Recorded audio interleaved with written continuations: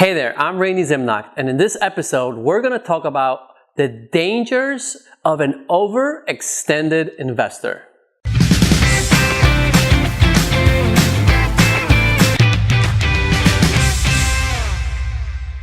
So what do I mean by being overextended?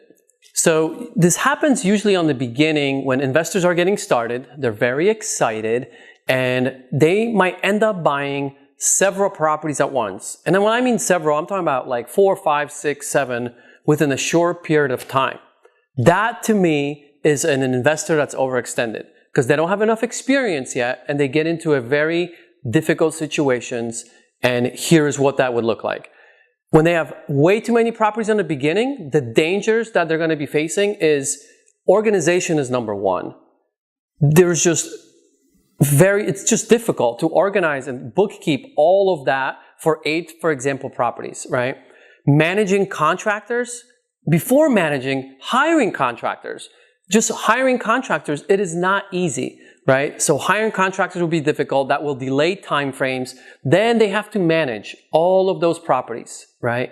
So the timelines will extend.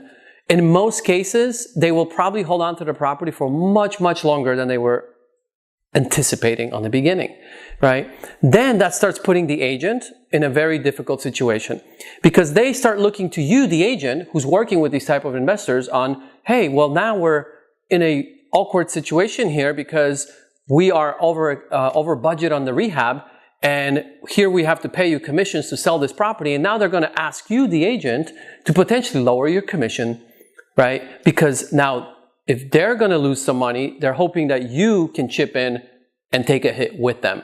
And that is not a good position to be in when you're that agent working with that investor. So those are just some of the things that could happen.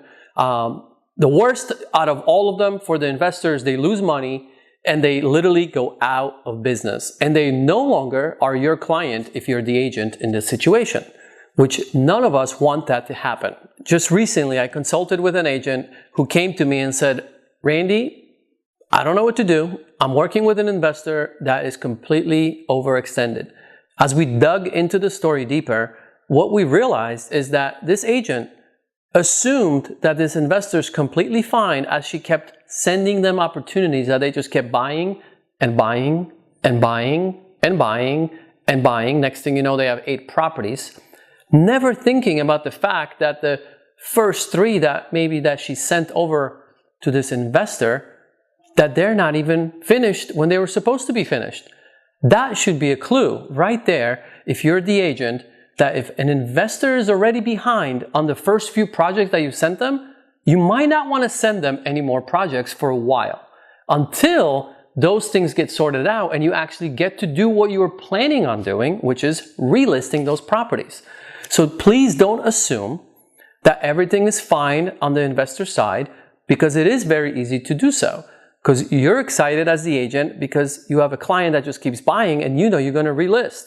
So you're just as excited as they are. So in the consulting meeting, we broke down every single property, figure out all the numbers, all the liens, all the rehab numbers, everything that we needed to know for me to be able to give them the best advice that I can in this, in this moment and in the situation they're in. And this isn't going to be a perfect ending here for them, for the investor, and neither for the agent.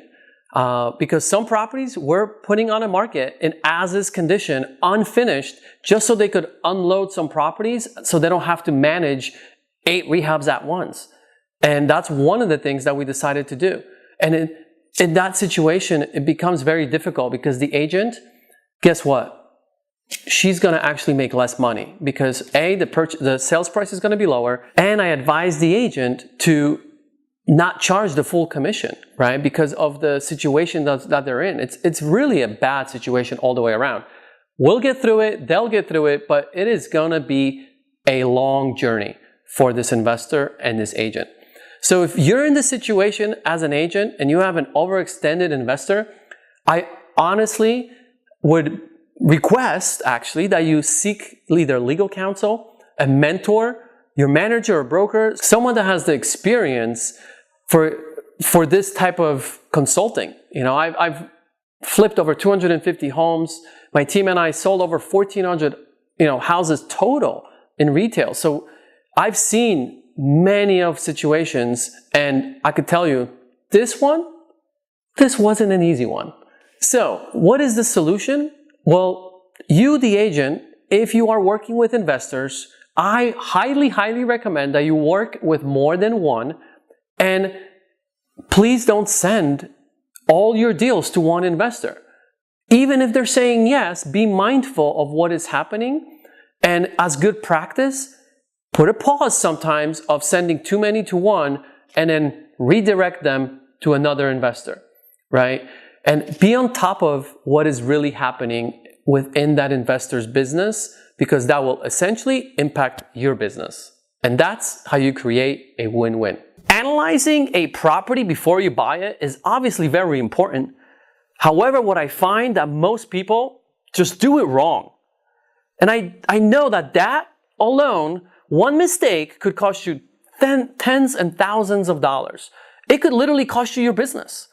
And I don't want that to happen to you.